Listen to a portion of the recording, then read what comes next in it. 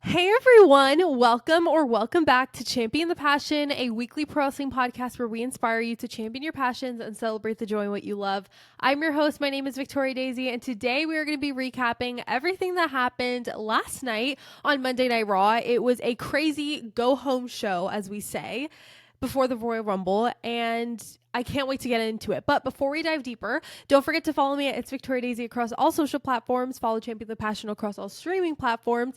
Leave a 5-star review if you enjoyed. But let's get right into it because the opening segment was crazy. Seth Rollins came out, okay? And he started cutting a little promo as usual. So he's basically reminiscing on his past slightly. He was reminiscing on his loss against CM Punk at the Raw on Netflix debut. Then he shared with us a piece of inside information from his head. He said after his loss, he asked himself, who am I? Who do I want to be? He said he is Seth frickin' Rollins and he doesn't stay down for anything. And this is a direct quote from Seth. He said, I stand up and when I know who I am, when I'm the most focused version of myself, there is nobody on this planet better than me. And I was like, okay, Mr. Confident, hello? He said that he started his path to redemption last week, and he said it continues this Saturday at the Royal Rumble. He said this is the most star-studded Rumble in history, and he's tossing everybody out, especially Roman Reigns. Now, this is going to be very interesting. Obviously, we know that they were together way back when in the Shield, and a lot has happened between them since. So I'm very intrigued to see how that dynamic goes. You know, Roman Reigns has not been in the Royal Rumble since 2020, 2019. I don't know. It's been a fat minute because he held that title for a fat minute. So I'm very intrigued to see what's going to happen. Another direct quote from Seth freaking Rollins. He said, my hope, my dream, and the way I see it is that CM Punk is going to be the last dude in the ring with me so I can toss him over the top rope and crush his main event WrestleMania dream. Now, oh my God, let me just praise Seth for a minute. He is so good at promos. It's actually unbelievable. I mean, he's somebody at this point, we would consider him a vet, I believe. I mean, it's been a very long time and he knows how to work the crowd. He knows the right things to say on the mic and it's amazing.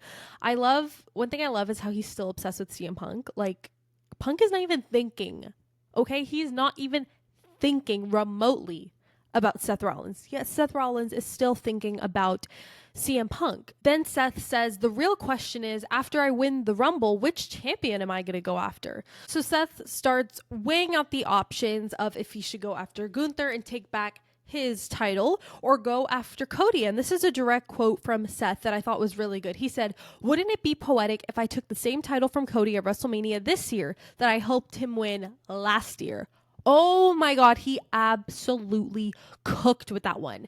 Then, before he could even squeeze another word in, Gunther interrupts. So Gunther gets in the ring and says, if I was really keeping this warm for you, then where were you the past few months? Gunther continues and says he knows exactly where Seth has been. Whining, crying, and complaining about all the soap opera drama that you have forgotten about what's most important in this company, but I'm sure that you still got that in you. Seth replies and said that this title wouldn't exist without him and would be nothing. And Gunther quickly responds and said, it's 2025. You are not the best wrestler in this company anymore. I am. The title around my waist proves it. And let me just say, this was a fire segment and a great way to open up Monday Night Raw, teasing us with the possibility of a Gunther and Seth feud, which is something that I think we all want to see at some point. Then following that, Logan Paul interrupts and he comes out. And let me just say, I was very pleased and shocked by the reaction from the crowd. Now, they gave him mega heat, more than Dom. And I love Logan Paul. So I'm not saying it in the regard of, I'm happy the crowd's booing him because he sucks and I hate him. From an industry perspective, not that I'm in the industry, but if you've been a fan long enough, you really should know it's not rocket science that any reaction is a good reaction, especially when the fans extremely vocalize that expression by yelling very loudly, chanting "you suck" at extreme levels of volume, which, you know, a little "you suck" is great, but you want every single person, all 17,000 people in that arena, to be screaming at the top of their lungs, "You suck." That is probably one of the best feelings ever, even if you're getting booed. I am sure of it. So Logan says that he's the best at everything and that he has everything they don't. The crowd intensely starts chanting "You suck," as I mentioned, which, like I said, is just so phenomenal. Very happy for Logan. That's really great for him, honestly, like in a very real sense, not on a TV sense. Then Logan is struggling a bit to speak, but he, quote, says he built a WWE career faster than them both, which honestly is facts. I mean, no lies detected here. Gunther said he changed his mind and wants Logan to win so that he can beat him and slap that stupid smirk off his face. And that had me dying. I was literally wheezing when that happened.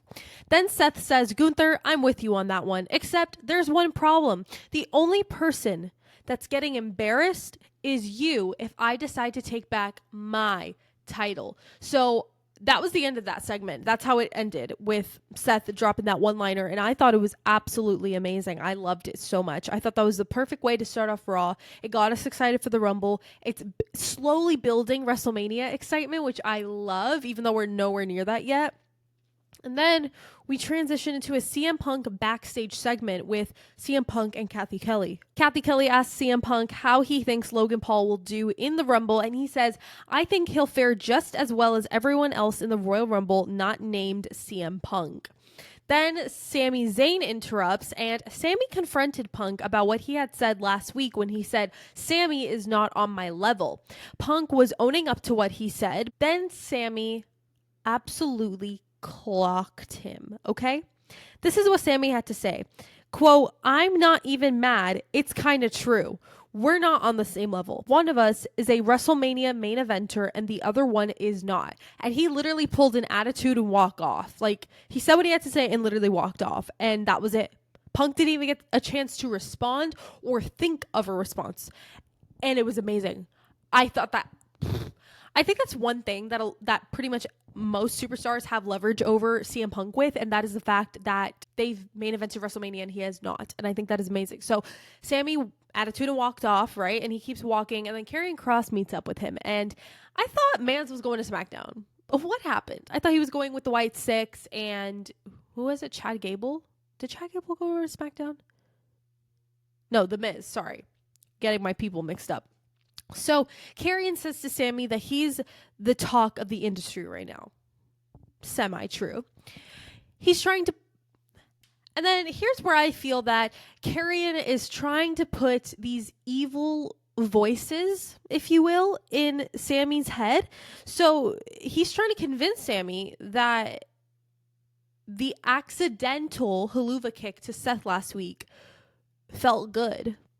And Sami just basically asked him to stop, that he's not doing this and that it's pointless, and he's just got a lot on his plate and he doesn't want Karrion to basically mess around with him.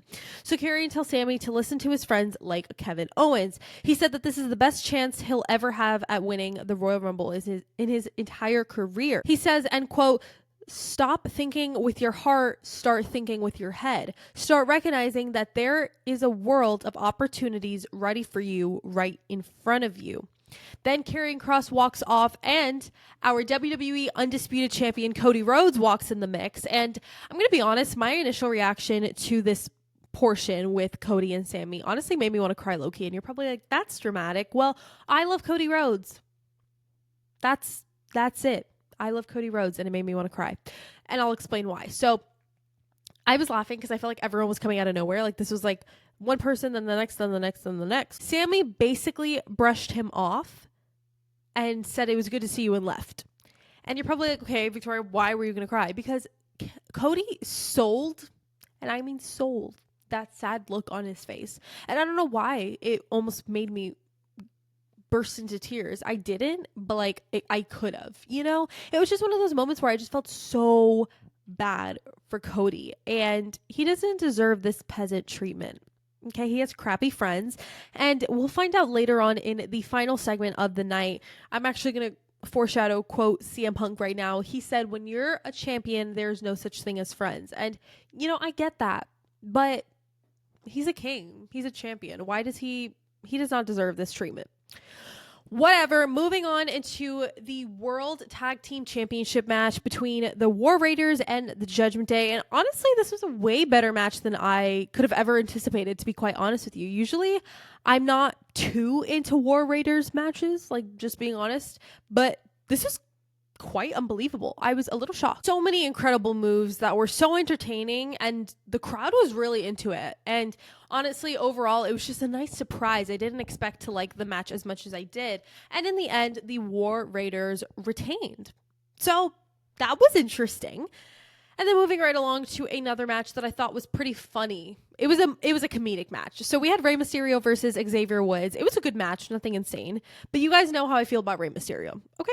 I have my reservations about this man. So of course I didn't enjoy the match a lot, but they did a bit with Xavier Woods' family that was hysterical and had me and everyone else on Twitter cracking up. So the bit was that his parents and sister hate him now, and all were wearing these New Day Sucks shirts, and they were in the front row, and they were expressing their disappointment, and it was very, very funny. There was a moment where Rey Mysterio won, and he went over to the family, and it was great. But before that happened, Xavier Woods went up to the front row where his family was, and they all ripped their jackets open to reveal New Day Sucks shirts, and I thought that was amazing.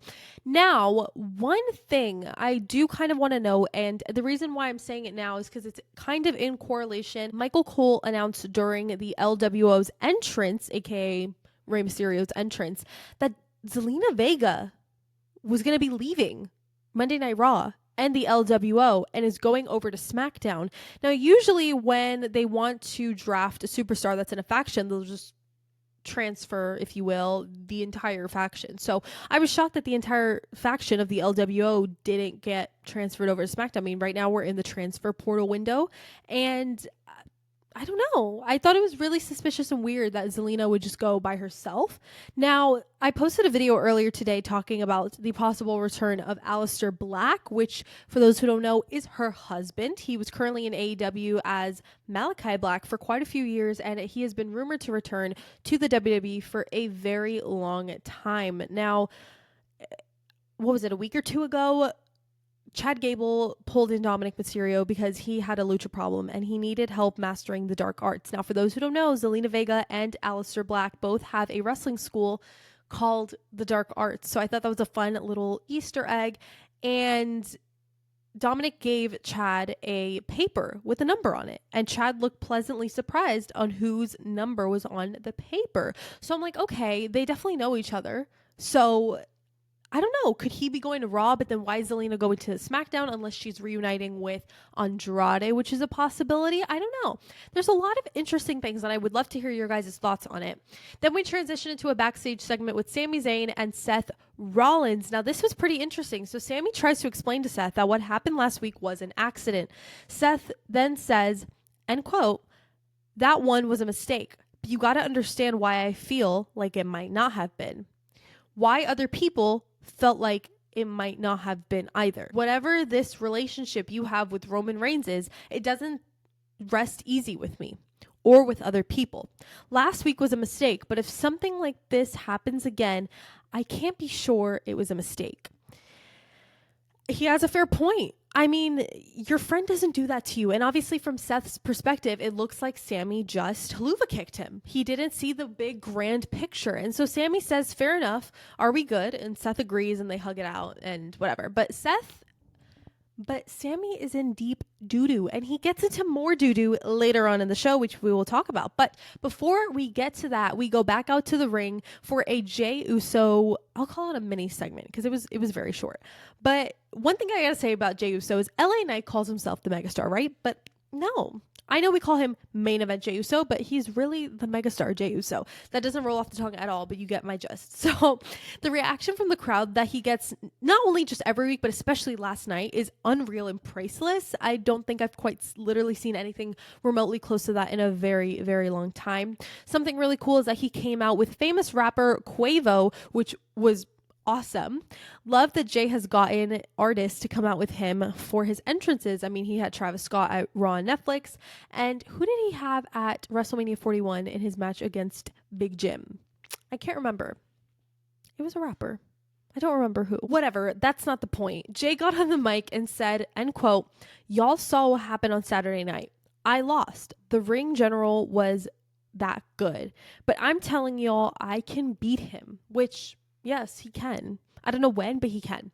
He continues to say, "Seth Rollins got my name in his mouth. Gunther got my name in his mouth. So on Saturday, I know what I need to do.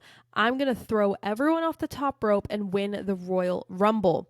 Then he continues on by saying, "Then I'm going to main event WrestleMania and become the new World Heavyweight Champion, and his name is Main Event Jey Uso." Very strong promo for Jey Uso. And I know me reading it doesn't sound like it was that strong, but I need you to go back and watch it because you got to experience the whole vibe of him coming out with Quavo and just the energy from the crowd and the crowd chanting yeet in between every word he said. Like it was a whole vibe. It was very strong from him, but coming from me, it meant nothing. So just ignore it and go watch it. But my delusions are running really wild right now that, like, what if Jey Uso wins the Royal Rumble? Like, he most likely isn't, but like, imagine. Hear me out. What if Jey Uso wins the Rumble? I'm going to be posting a Royal Rumble prediction / preview podcast episode, I believe on Thursday, because Friday I leave for Indianapolis, which is so exciting. So I believe Thursday is when I'm going to post it. So I won't spoil who I'm picking to win both Rumbles, but you know, I'm going to tell you it's not Jey Uso that I'm predicting, but you know, what if? Then we transition on into a very fun match. This was a tag team match between Bianca Belair and Naomi versus Liv Morgan and Raquel Rodriguez. Now, like I said, this was a very fun match. I think all these women are phenomenal and brought so much to this match. Great moves and sequences. I will say Bianca is definitely the star of this match. And as much as I love her and Naomi together, I just need Bianca back on top. Hopefully Jade returns at the Rumble to get that going. Okay, I need them to drop the tag titles. I need Jade to come back. I need Bianca to confess that she was the one to attack Jade. I need Jade versus Bianca at WrestleMania. How hard is that? Is that really that hard? Then we move on into a very fun segment. This was the 2K25 cover art unveiling. Now, if you don't know what 2K25 is, WWE has been putting out video games with 2K for a decade now, possibly. I think more than a decade. And every year they do a big unveiling to show the cover art and who's on the cover, because that's a very big deal to be on the cover of that year's issue of a video game. Now, normally they don't show it on like Raw or SmackDown, but they did this year, and I'm so happy they did it. So Paul Heyman comes out to unveil, like I said, the cover art for 2K25. He says that he is the one behind the one. That's a great line. Hello? He cooked with that. So Paul's hyping up Roman, and then the cover art falls from the sky. Okay? It's like this big poster thing that literally just at the pop of a pyro, literally just boop, and it fell, and it just was there, and it was beautiful. And I was just stunned. Now, I am posting a video, I think later today. Well, from when you're seeing this, maybe it's already out, of me going over all three versions of 2K25. There's the standard edition, the Bloodline edition, and the Deadman edition. So I will be going over all of those in that video on Instagram and TikTok, which you go find at It's Victoria Daisy. But let's keep going into this segment. So Paul Heyman says there's a level of responsibility when you are on the cover of a video game of this magnitude. Your tribal chief can live up to that responsibility because your tribal chief is going back to the mindset of one versus all. That is what the Royal Rumble is all about. Then he continues to say, Roman Reigns told you that he was going to take back the Ulafala, and he did. Now, I'm telling you Roman Reigns is coming back for his championship. Before he could continue, Drew McIntyre interrupts and comes out. He gets on the mic, and Drew starts reminiscing on his past wins and says that Paul manipulated his way into the bloodline and into Roman all because of Drew. Drew asks Paul for a favor and says, can you tell your boy from Drew that this Saturday I'm going to target him. I'm going to beat him with an inch of his life and dump him over the top rope. Can you do that for me? And this is where the swerve comes. Paul says yes, but then Drew says, wait, I wasn't talking about Roman. He knows I'm coming. I was talking about your boy, CM Punk. Hello? The absolute gag and a half that was. When I heard that, my jaw hit the literal ground. I was shooketh. Then we go into a commercial break, which usually I don't talk about those, but the only reason I did is because it transitioned into a Drew McIntyre versus Sami Zayn match after. This was technically the main event, even though we closed the show with a segment, whatever you want to call it. It was a good match, okay? The only thing that happened was it was pretty predictable, though. We knew that Drew McIntyre was going to win, and he ended up winning by cheating. No surprise. By having his feet on the ropes during the pin. And after the match, Drew starts attacking Sami. And here's where all the drama really happens. So cheating wasn't enough for Drew.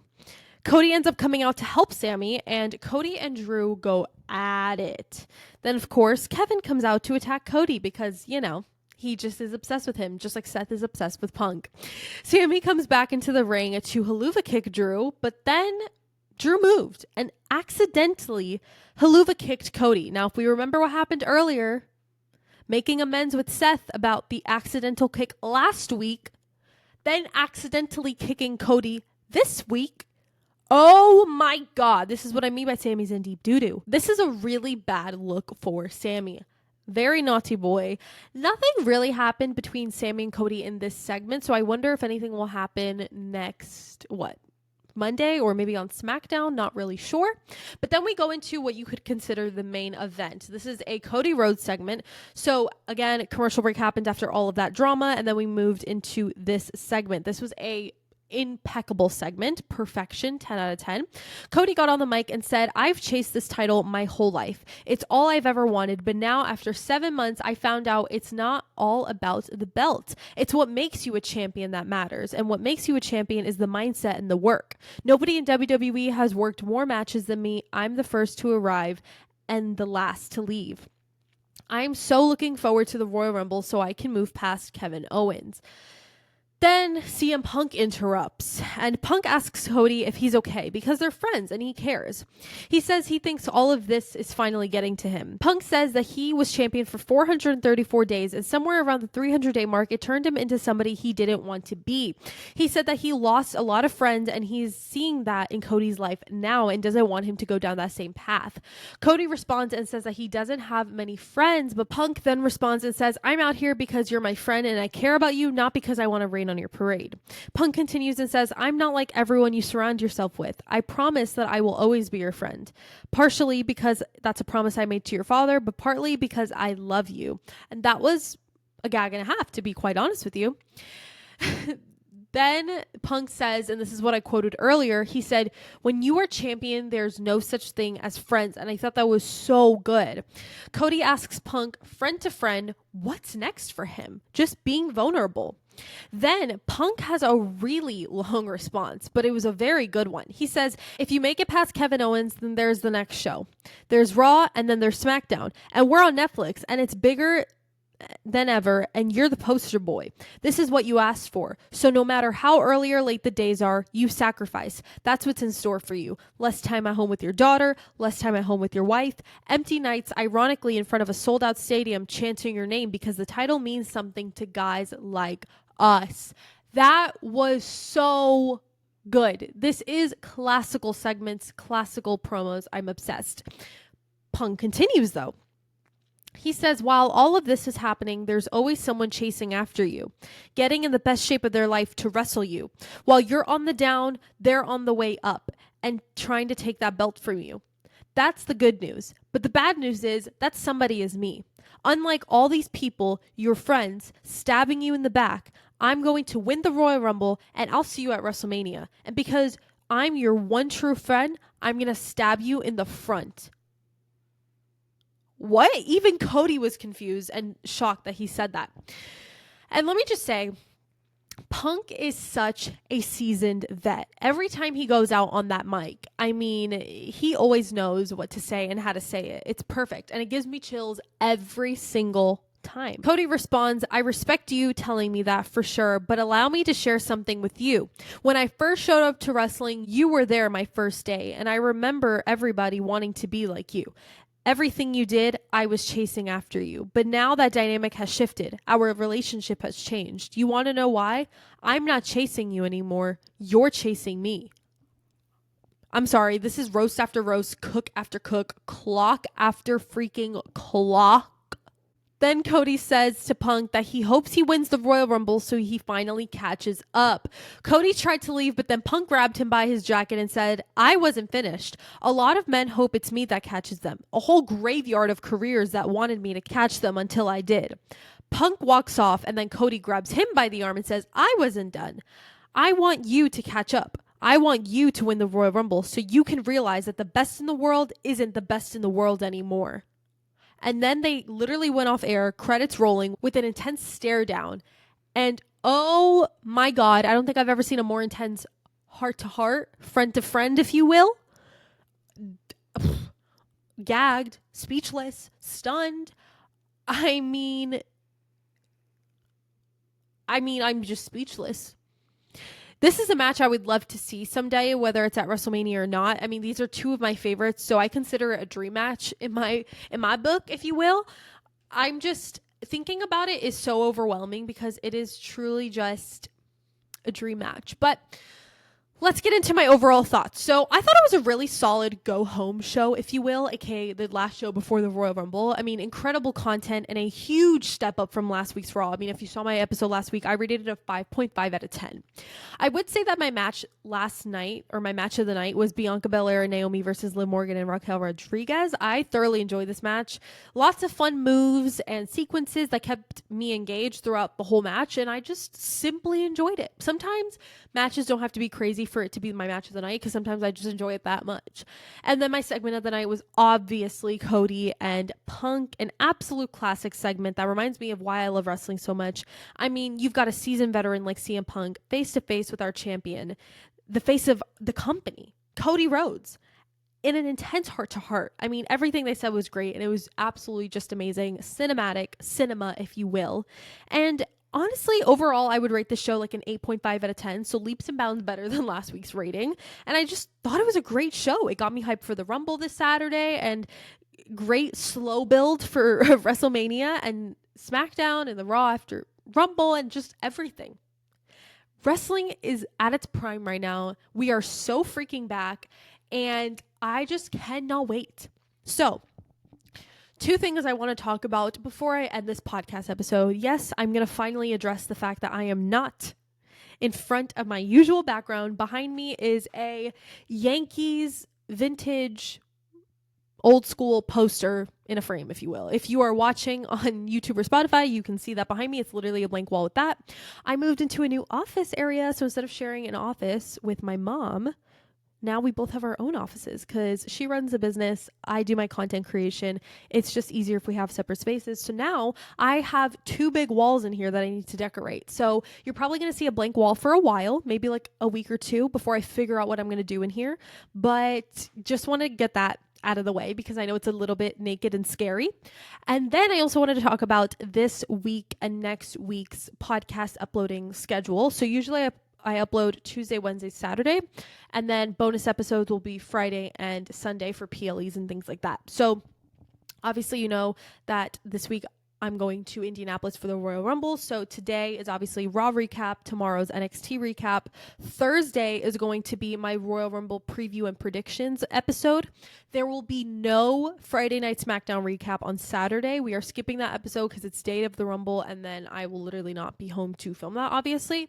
And then Sunday I come back from Indianapolis, so I will be posting all my reaction videos, doing all that good stuff.